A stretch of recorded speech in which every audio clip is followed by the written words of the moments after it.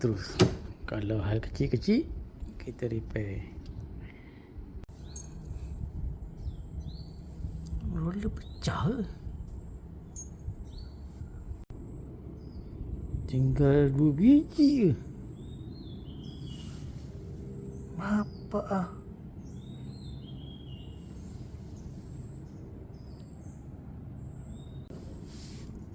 Sebiji memang pecah ni ha. 2 biji ni ada lagi. Lagi 3 biji entah hilang ke mana dah. Soalan dalam buka ni aku nak tukar. Ada OIC dengan O-ring dalam ni. Aku nak pakai yang Nash punya lama. Cuci lah. Dia boleh melombong guys.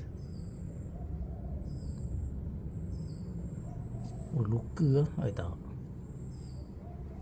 Ayah, copper dia ni hancur dah.